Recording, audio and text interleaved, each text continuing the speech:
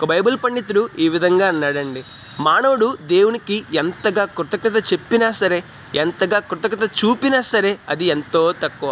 మన భాషలో మాట్లాడుకుంటే మానవుడు దేవునికి ఎంతగా థ్యాంక్స్ చెప్పినా సరే అది చాలా తక్కువ.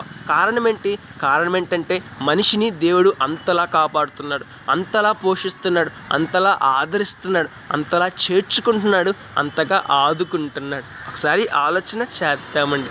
చాలామంది వ్యక్తులు దేవుణ్ణి గుర్తించడం లేదు, దేవుడు తమకు చేస్తున్న సహాయాన్ని గుర్తించడం లేదు, దేవునికి కనీసం థ్యాంక్స్ చెప్పడం లేదండి.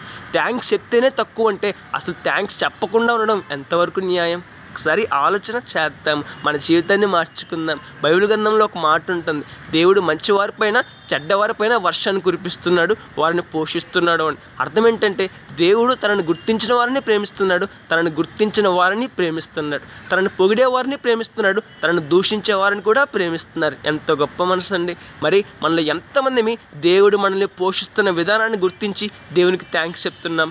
మనలో ఎంతమంది దేవుడు మనల్ని కాపాడుతున్న విధానాన్ని గుర్తించి దేవునికి థ్యాంక్స్ చెప్తున్నాం?